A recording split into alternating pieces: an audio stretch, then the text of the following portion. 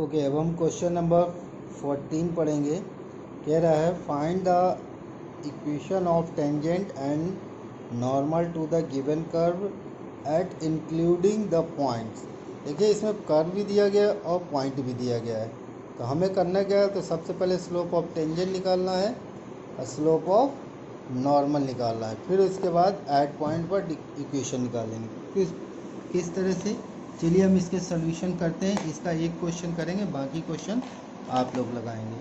जैसे 14 का first question मैं ले लेता हूँ। द गिवन कर्व y बराबर x power 4 minus 6x cube plus 13x square minus 10x plus 5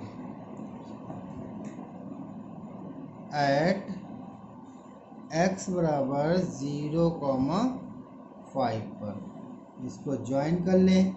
तो चलिए करेंगे कैसे, ये देखें। तो सबसे पहले इसका डिफ्रेंशिएट कर लेंगे। dy by d x is equal to 4x cube minus 18x square plus 26x minus 10। ये इसका स्लोप ऑफ टेंजेंट हो जाएगा जब पॉइंट हम यहाँ पर रख देंगे। तो slope of tangent at point 0,5। तो जहाँ जहाँ x है, चूँकि x का पॉइंट 0 है तो x हम 0 रख देंगे। तो आपका dy बाई डी एक्स जो आ जाएगा माइनस का 10 आ जाएगा। तो चलिए हम इसको सॉल्व करते हैं। सो dy बाई डी एक्स यानी स्लोप ऑफ टेंजेंट आ गया। इसी तरह मैं निकाल लेता हूँ slope of normal. Slope of normal क्या हो जाएगा, माइनस का 1/-10 यानी 1/10। अब हमें बस इक्वेशन निकालनी है। So equation of tangent line y minus y1 is equal to dy by d x into x minus x1। So y minus y1 की जगह में पॉइंट है आपका 5 और x1 की जगह में 0। So 5 dy by d x minus 10 x minus 0। So y minus 5 is equal to minus 10x या 10x plus y is equal to 5। एक आपका ये आंसर, ये हो गई इक्वेशन ऑफ टेंजेंट। अब हमें निकालना है इक्वेशन ऑफ नॉर्मल लाइन। तो सेम y माइनस y1 की जगह 5 है।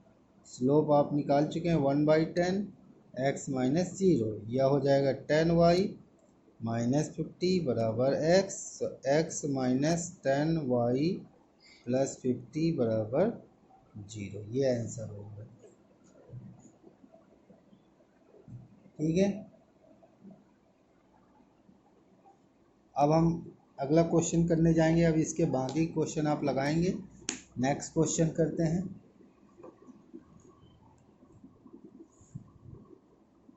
कैपिटल बी लिखना है, कैपिटल डी लिखना है, कैपिटल सी लिखना है, कैपिटल ए लिखना है। कैपिटल लेटर में लिखो, यहाँ स्मॉल लेटर में लिखो, सही से लिखो।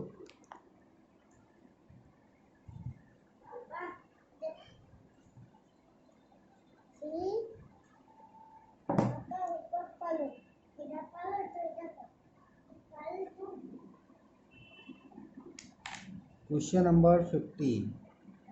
क्वेश्चन नंबर 15 है find the equation of tangent line to the curve which is parallel to the this line. ठीक है, आप लगाएंगे इसको, नहीं आएगा तो पूछेंगे, मैं आपको समझा दे रहा हूँ। इस कर्व का स्लोप ऑफ टेंजेंट निकालिए सबसे पहले। अब स्लोप ऑफ टेंजेंट जब निकल आए तो उसका हम dy बाई डी एक्स निकाल लेंगे और इस लाइन का भी dy बाई डी एक्स निकाल लेंगे। दोनों को पैरेलल में इक्वल लगा के रख देंगे तो x के पॉइंट आ जाएंगे। उस x के पॉइंट को उठाकर यहाँ रख देंगे तो आपको y का पॉइंट मिल जाएगा, यानी पॉइंट इस तरह से पॉइंट मिल जाएगा। जब पॉइंट मिल गया, स्लोप भी मिल जाएगा पैरेलल में, जो आएगा इससे dy बाई डी एक्स वही इसका स्लोप हो जाएगा। अब उस स्लोप से इक्वेशन ऑफ टेंजेंट लाइन जो पीछे मैंने निकालना बताया वैसे निकाल लेंगे। इस तरह इसमें है, इसका dy बाई डी एक्स तो निकाल ही चुके हैं, इसका भी निकालेंगे और परपेंडिकुलर केस लगाएंगे। m1 m2 is equal to -1। रख के वहाँ से हम निकाल लेंगे पॉइंट, पॉइंट आ जाएगा। पॉइंट जब x की पॉइंट निकलेगा तो y के भी पॉइंट निकाल लेंगे, और जब दोनों पॉइंट आ जाए तो इससे स्लोप ऑफ टेंजेंट न निकाल के स्लोप ऑफ नॉर्मल निकालिएगा, यानी m1 निकालेंगे। m1 इक्वल टू -1/m2, तो जो आएगा उसका स्लोप हो जाएगा और इक्वेशन ऑफ टेंजेंट लाइन। ठीक है। 16 में so that the tangent to the curve, ये कर्व दिया गया, इस कर्व को हम डिफ्रेंशिएट कर लेंगे।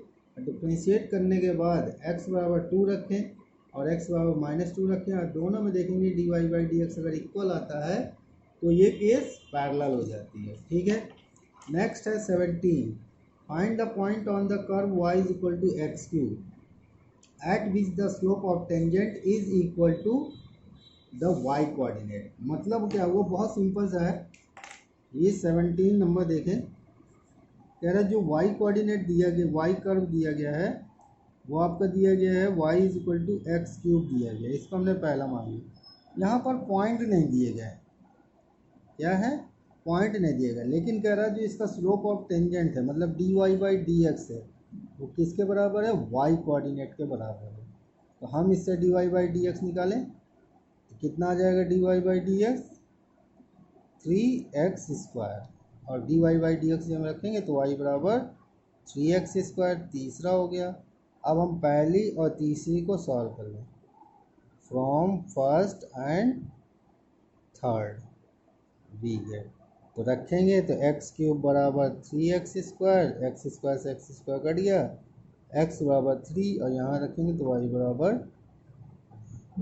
27। तो पॉइंट आपको क्या मिल जाएंगे, 3,27। ठीक है। अब इस तरह से 18वें क्वेश्चन की तरफ चलते हैं। अब मैंने पहले बताया था at point and which passes through the point, ये उसी टाइप का क्वेश्चन है। ध्यान से देखें पहले क्वेश्चन को।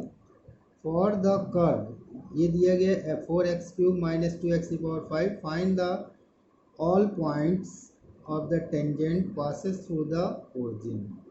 पासेस थ्रू द ओरिजिन लिखा है, ना कि एट पॉइंट लिखा है। ठीक है। तो यहाँ पासेस थ्रू में जस्ट डिफरेंट होता है, तो मतलब मैं इसको रफली कर्व में समझा रहा हूँ कि कोई कर्व दिया गया है और ये जो टेंजेंट है जो ये पास हो रही है वो इस ओरिजिन से होकर जा रही है, यानी इक्वेशन ये जा रही है, ना कि ये कर्व जा रहा है। तो इसलिए हमें इस पॉइंट्स को नहीं पता है तो x1 और y1 मान लेंगे।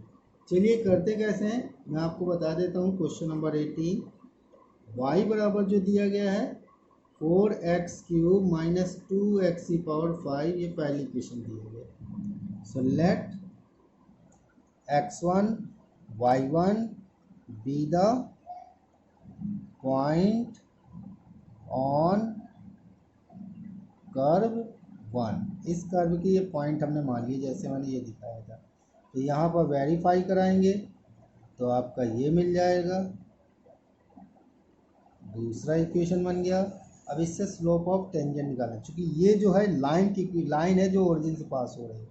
लाइन कहाँ से पास हो रही है, ओरिजिन से, तो बिना लाइन निकाले हम नहीं कर सकते, तो इसलिए इसका dy/dx निकालेंगे। तो 12x² - 10x⁴। अब एट पॉइंट पर x1 y1 पर स्लोप ऑफ टेंजेंट कितना आ जाएगा आपका, dy/dx is equal to 12x1² - 10x⁴। Equation of line निकाल लीजिए, y - y1 is equal to 12x1² - 10x⁴ into x - x1। अब ये जो लाइन है ये बन गई ये वाली लाइन। अब ये कहाँ से जा रही है, ओरिजिन से, मतलब x और y की जगह में 0 रख देंगे। So -y1 is equal to 12x1² - 10x⁴ into -x1। तो माइनस माइनस कट गया, तो y1 बराबर 12x1³ - 10x⁵ हो गई तीसरी इक्वेशन। अब दूसरी और तीसरी को सॉल्व कर लीजिए from second and third we get. तो यहाँ रखेंगे 12x1³ - 10x⁵ is equal to 4x1³ - 2x1 power 5, इसको इधर ले आएंगे तो ये बचेगा 8x1 क्यूब, ये उधर चला गया 8x1 पावर 5, 8 कट गया, ये इससे ये कट गया, x1 square is equal to 1, x1 बराबर प्लस माइनस 1, ये वैल्यू रख देंगे तो y1 बराबर भी आ जाएगा प्लस माइनस 2। तो आपके पॉइंट्स मिल जाएंगे 1, 2 -1, -2। ठीक है, इस तरह से हम इसका डिफ्रेंशिएट करके निकाल सकते हैं। अब मैं जाता हूँ क्वेश्चन नंबर 20 की तरफ, उसको भी देखेंगे कैसे करना है और आसानी से आप कर सकते हैं। ठीक है, क्वेश्चन नंबर 20 में है 19 पहले, find the point on the curve which tangent parallel to x axis, पीछे ही बता चुका हूँ, कर लेंगे। Find the equation of normal to the point at the curve, curve दिया गया, इस कर्व का dy/dx निकालिए, यानी स्लोप ऑफ टेंजेंट इस पॉइंट को रख कर, स्लोप ऑफ टेंजेंट को जस्ट उल्टा कर देंगे, माइनस साइन लगाएंगे, स्लोप ऑफ नॉर्मल आ जाएगा और इक्वेशन में रख देंगे, आपका आंसर आ जाएगा। ठीक है, ये क्वेश्चन आप यहाँ तक लगाएंगे, जो नहीं आएगा आप हमसे पूछें।